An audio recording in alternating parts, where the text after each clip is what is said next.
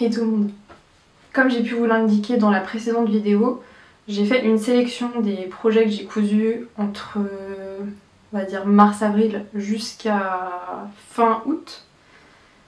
Et ce sont des projets qui pour moi peuvent être portés là pour la rentrée. Même si les températures sont en train vraiment de chuter, je me dis que c'est encore peut-être des patrons projets qui peuvent être portés dans les tout derniers jours. Donc je vous montre ça tout de suite. En tout premier projet, qui va être le projet le plus léger de cette liste là, je vous parle de la jupe Lover de Liz Taylor. Alors je pense que vous n'allez pas voir grand chose comme c'est une couleur foncée. Mais c'est une jupe qui a un empiècement un peu en V sur le devant et un dos terminé par des élastiques. Vous avez également le même empiècement qui est fait en bas de la jupe, et pour le dos c'est voilà, c'est un effet foncé, enfin c'est foncé sur tout le bas de la jupe. J'avais un gros coup de cœur en fait en voyant ce modèle là dans la collection de chez Liz Taylor, donc qui est la collection spéciale Taylor Swift, et vraiment cet empiècement, je trouve que c'est ce qui fait tout le charme de cette jupe là. Au niveau du tissu, c'est une chute qui me restait d'un coupon viscose couleur lit de vin bordeaux, dans lequel j'avais réalisé ma robe Kittery de Apolline Pattern, que je ne vous ai pas présentée ici puisque la vidéo n'est jamais sortie, mais en tout cas si vous voulez aller la voir, je l'ai mis en photo sur Instagram. Et il me restait suffisamment de tissu pour me faire cette jupe là, donc on va dire que c'était ma toile. Pour le coup j'ai suivi la vidéo. J'ai rencontré très peu de difficultés à part la couture en fait de l'élastique dans le dos, puisqu'en fait c'est une partie que vous venez coudre, vous venez faire une couture centrale à cet endroit là, et ensuite vous glissez un élastique en haut et un élastique en bas, et elle vous dit de le piquer au milieu. Donc en fait vous tirez votre tissu pour qu'il soit, on va dire pour qu'il soit à plat, qu'il n'y ait pas de plis, et vous cousez en même temps. Et pour le coup ça m'a fait un peu... Enfin j'ai rencontré pas mal de galères sur ça parce que c'est assez compliqué, mes coutures sont pas forcément très droites.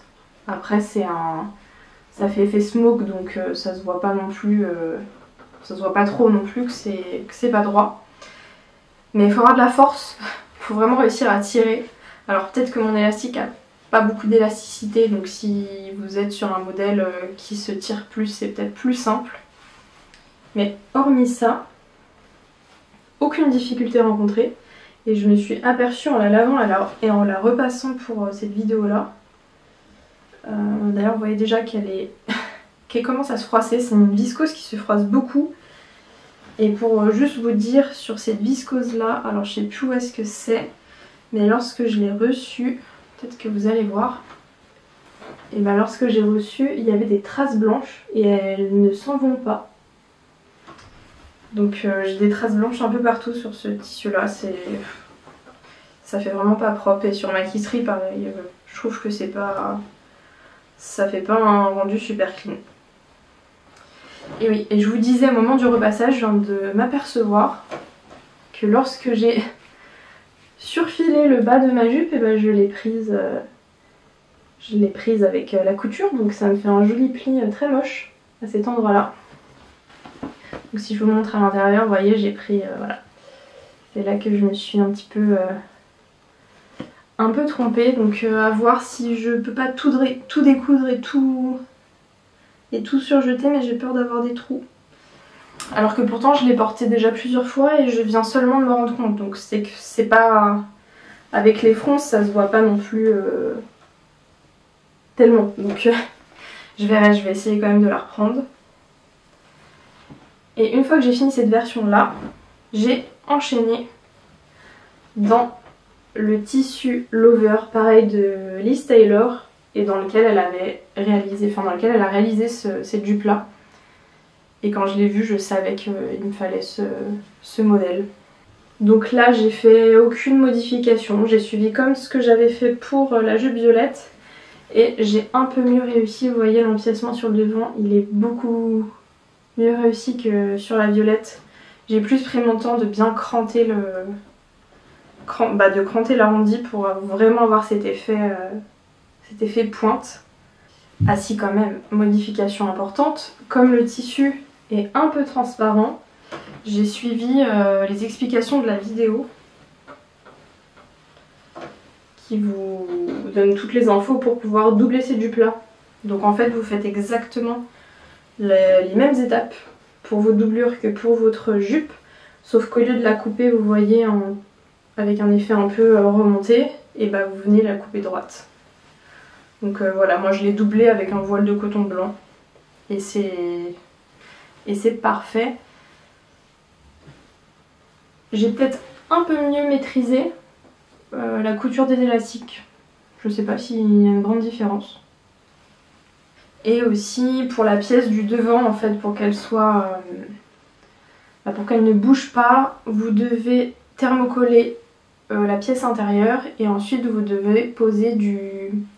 Alors je sais plus comment ça s'appelle, c'est du thermocollant droit fil ou stabilisateur, je sais plus, que vous venez poser en fait sur les bords de vos pièces pour pas qu'elles bougent lorsque vous l'assemblez avec votre... donc la pièce intérieure qui est thermocollée et la pièce extérieure où il y a juste les bords qui sont stabilisés avec un thermocollant. Donc pour le coup ça j'ai acheté vraiment un thermocollant en rouleau, pile poil des dimensions qui étaient conseillées dans le patron. Et pour le coup je pense que c'est nécessaire, sinon vous allez vous retrouver avec une pièce un peu tordue et qui va pas correspondre avec votre pièce de l'intérieur. Donc là j'ai mis du thermocollant, parce que c'était nécessaire je pense pour ce projet. J'ai pas trop eu l'occasion de la porter, mais j'espère que pour le printemps ça sera le cas, parce que là ces couleurs là, autant la violette je peux encore la porter peut-être avec un collant léger, je l'ai pas encore fait mais à voir, mais les couleurs pastel là c'est terminé.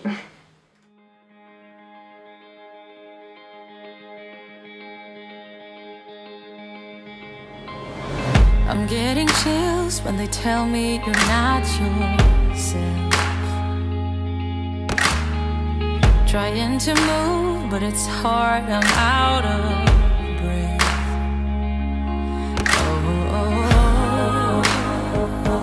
Oh, nothing belongs to you in life. Oh, the picture of you cuts like a knife. Whatever they call us, whatever they'll do. Je vous parlais de la chemise septembre dans ma précédente vidéo. Donc patron de chemise de Charlotte Ozou qui fait partie du livre Ma garde-robe sur mesure ou Ma garde-robe à l'année, quelque chose comme ça. Je vous mettrai le lien en description vers le livre. Pour la petite histoire, je me suis prise un week-end à décalquer le patron. Donc c'était il y a très longtemps. Donc je savais que le patron était décalqué. Et comme il y avait le défi chemise mania qui était en cours, et ben je me suis dit je vais coudre cette chemise dans ce patron là. Et je n'ai pas pensé à lire avant dans le livre pour vérifier que les marges étaient comprises. Et elles ne l'étaient pas bien sûr. Donc ce que j'ai fait, c'est que j'ai cousu toutes les pièces à 0,5 cm. Puisque bien sûr j'avais plus de ce tissu là, donc je pouvais plus recouper les pièces. C'est pour ça que peut-être le col est un petit peu petit par rapport à ce qui devrait être prévu. Mais heureusement au niveau de la taille, ça me tombe parfaitement. Donc je pense qu'avec une taille... là j'avais décalqué la taille 40. Donc avec des marges de couture de 1 cm, elle sera vraiment nickel, genre un peu plus d'aisance, même si celle-ci elle est parfaite au niveau de la taille.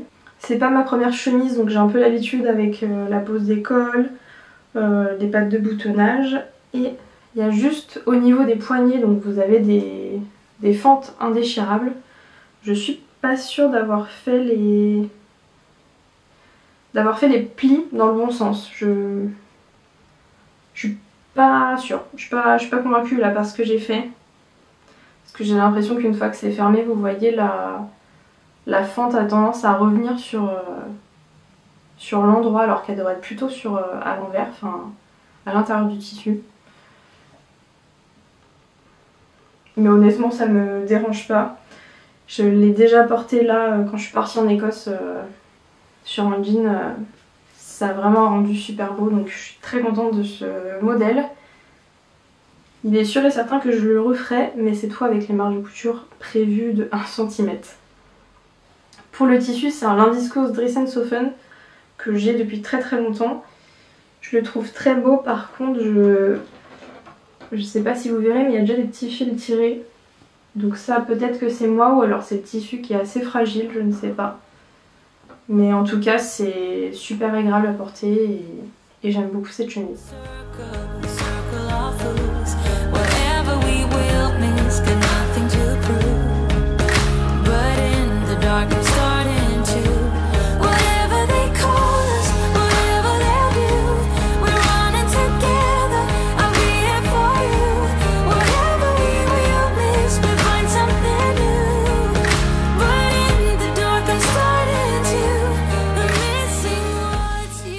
Toujours sur les chemises, il y avait en fait plusieurs catégories dans le concours.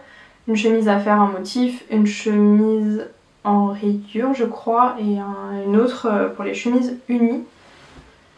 Et donc j'ai fait une chemise unie, enfin pas vraiment puisque c'est dans une broderie anglaise. Broderie anglaise que je vous ai présentée dans un des précédents bilans, je crois le dernier, où je vous montrais la blouse rose, donc c'est exactement le même tissu. Et pour le coup, là, j'ai fait la chemise Marjorie, je crois, de Atelier 8 avril. Je suis trop fan des volants qui viennent se positionner sur le devant comme ça en arrondi. J'aime beaucoup. Vous avez voilà cet empiècement volant sur le devant. Vous pouvez également faire la version avec un volant en haut du col, ou alors sans si vous préférez. Vous avez un pli creux dans le dos avec un empiècement ici. Et pour les manches, c'est vraiment des manches toutes simples, donc elles sont froncées et elles sont terminées par un bracelet de manche. C'est un tissu qui est transparent et ajouré. J'ai longtemps hésité à savoir si je voulais le doubler ou pas et finalement je ne l'ai pas fait parce que je me suis dit qu'au pire je mettais un top blanc dessous et ça faisait très bien l'affaire. Et effectivement ça fonctionne très bien.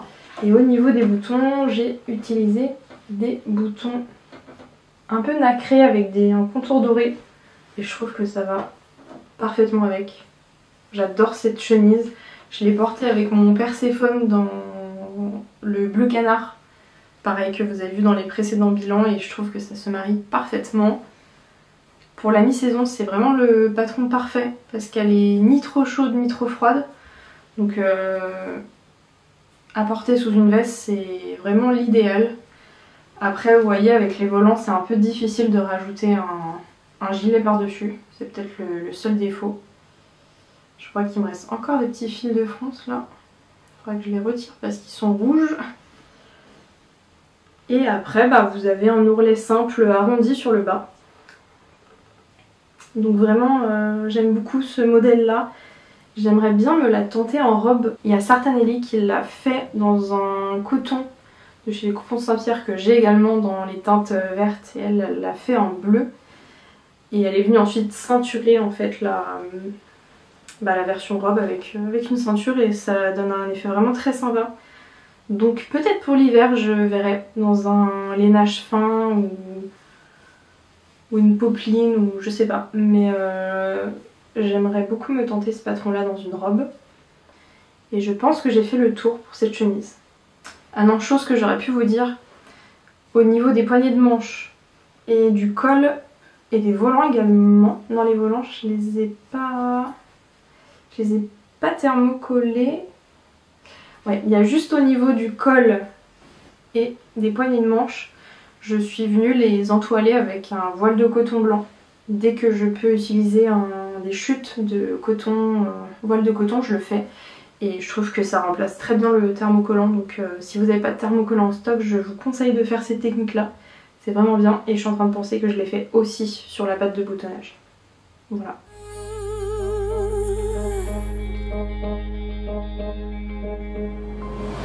I see your face, your mouth looks like mine.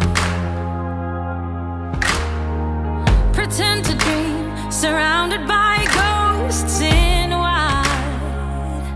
And Seule robe de ce bilan, il s'agit de la robe Atlas par Massin ou Massine Pattern, je sais pas trop comment ça se prononce. C'est un patron que je m'étais procuré sur Wissou et que j'avais vu sur pas mal de comptes Instagram et qui me tentait bien. Alors c'est un modèle qui est très joli, qui en fait vient se fermer, donc c'est une robe portefeuille qui vient se fermer avec un nœud.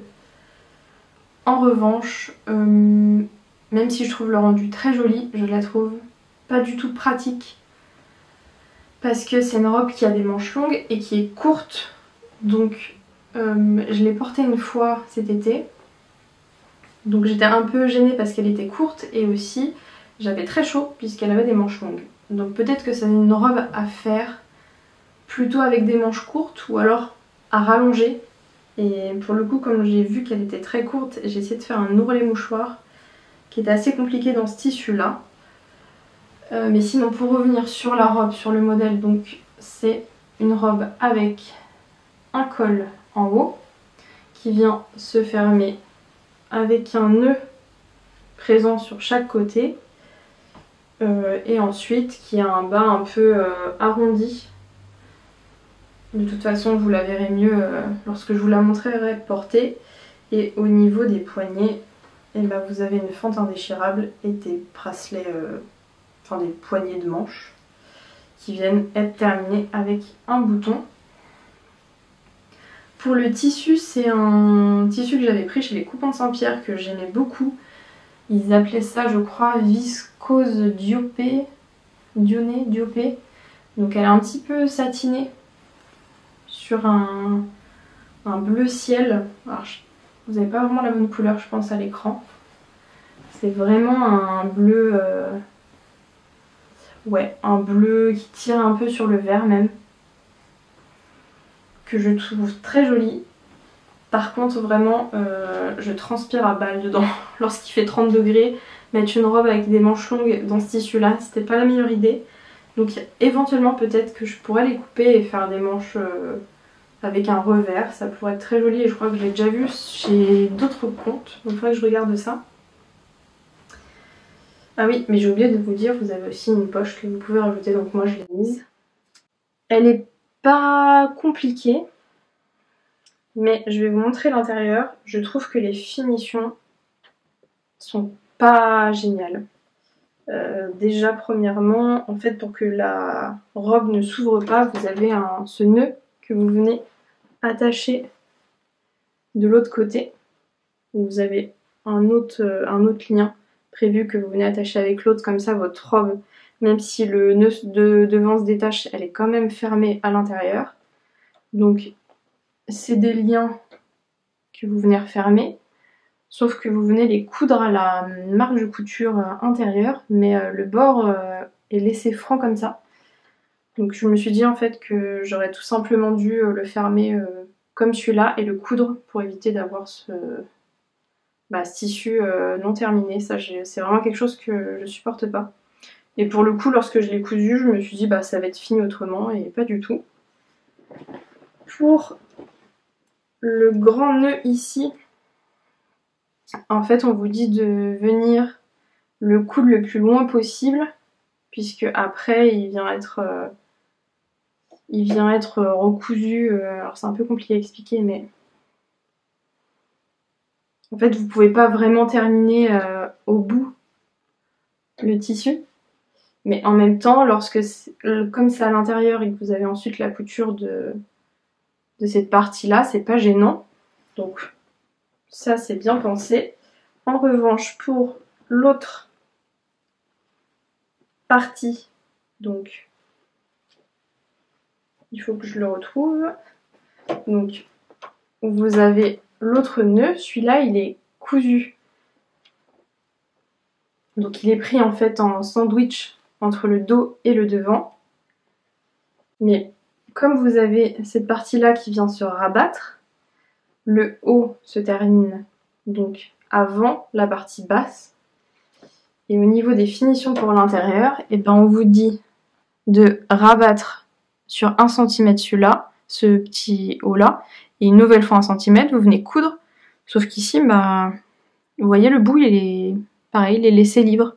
Il n'y a pas d'autres parties qui viennent se remettre par-dessus pour empêcher de voir ce bord franc de tissu. Donc ça, je trouve ça...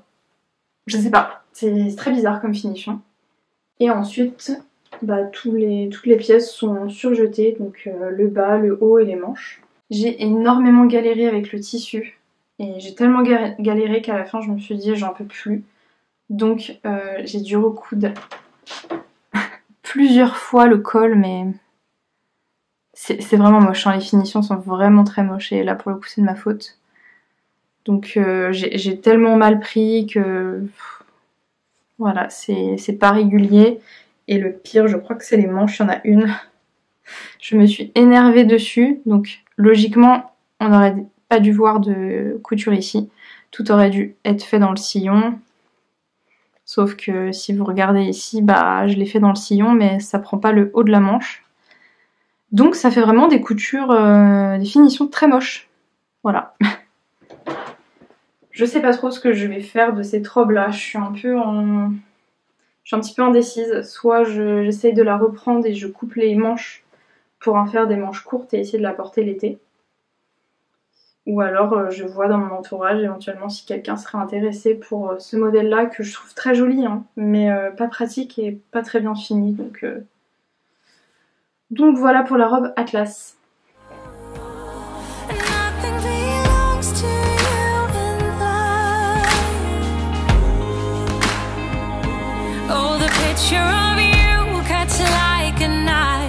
Whatever they call us, whatever they do, they're running in circles, circle of fools, whatever we will. Je l'ai mis dans les patrons de rentrée, même si en soi elle est courte, donc ça risque d'être compliqué de la porter ainsi. Il faudra sans doute rajouter des collants, mais vu qu'elle a des manches longues, et bah, je me suis dit que pour l'automne elle pouvait convenir. Et on va terminer sur une pièce, 2 pièces maîtresses, puisqu'il s'agit d'une veste que je vous ai présentée dans les projets que je voulais faire pour le printemps. C'est la veste Fran d'Estelina Bordeaux. Estelina. Je me suis dit que j'allais en faire une toile, donc j'avais ce tissu que j'ai récupéré chez la tante de mon copain, qui je pense doit être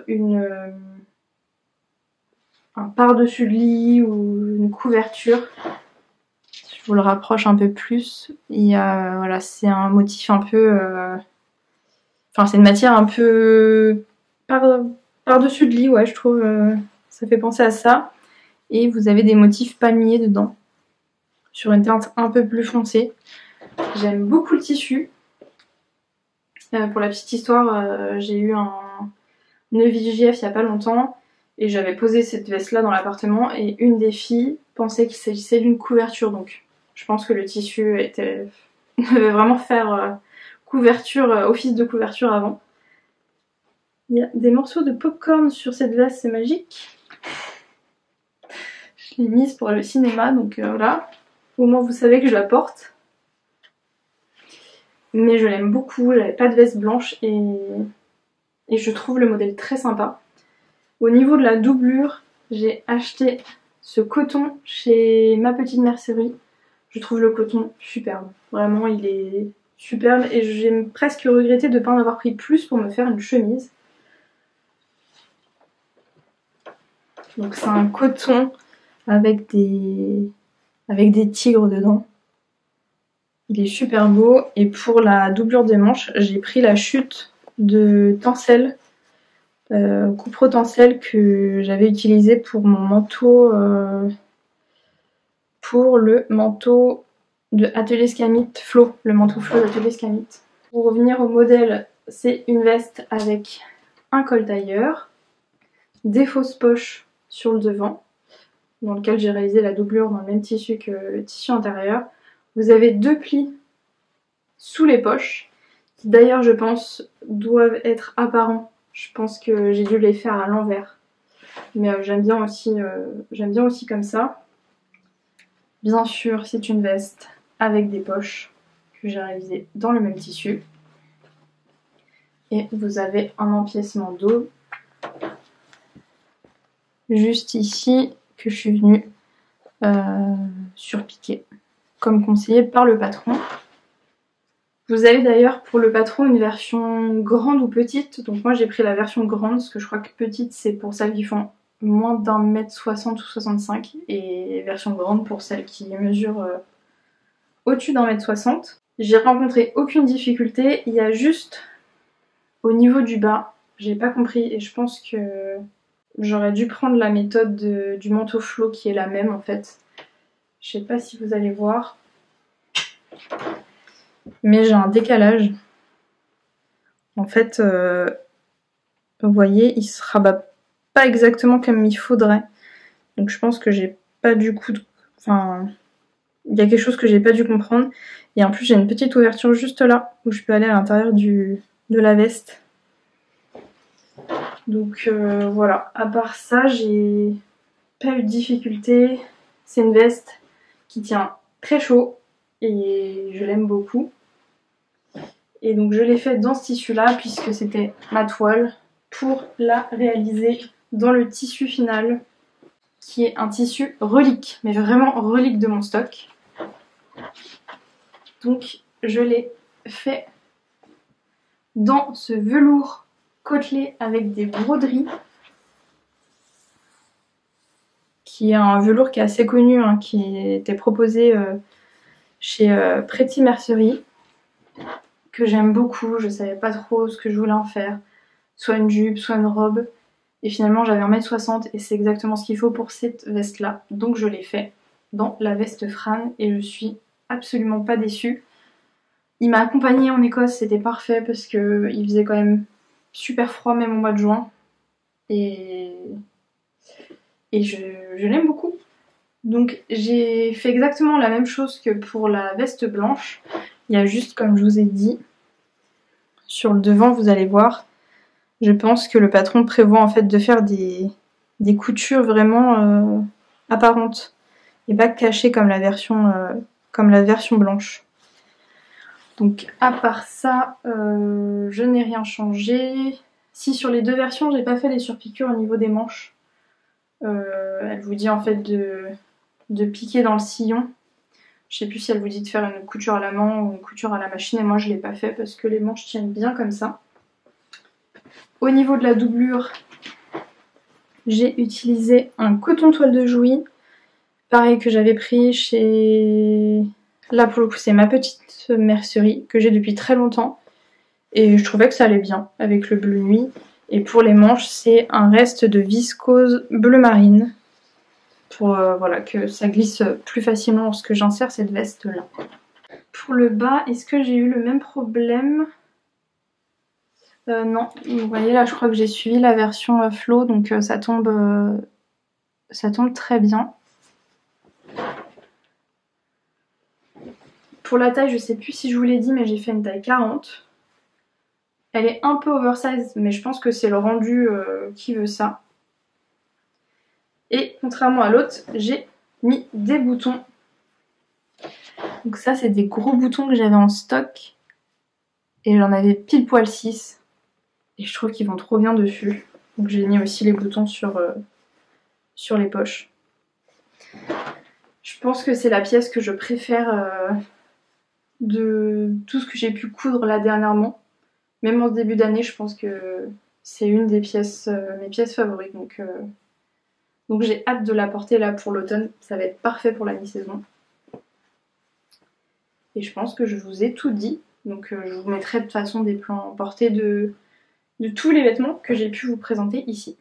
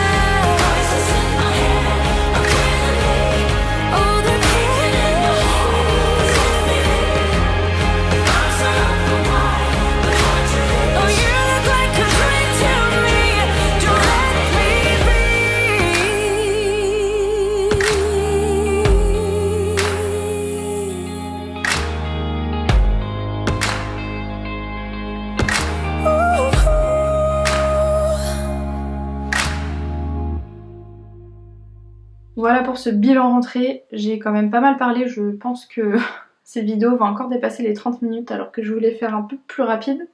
Mais en tout cas j'espère que les pièces que je vous ai présentées vous auront plu. Et encore une fois, on se retrouve prochainement pour une autre vidéo. Merci encore d'être resté jusqu'au bout et à bientôt. Ciao.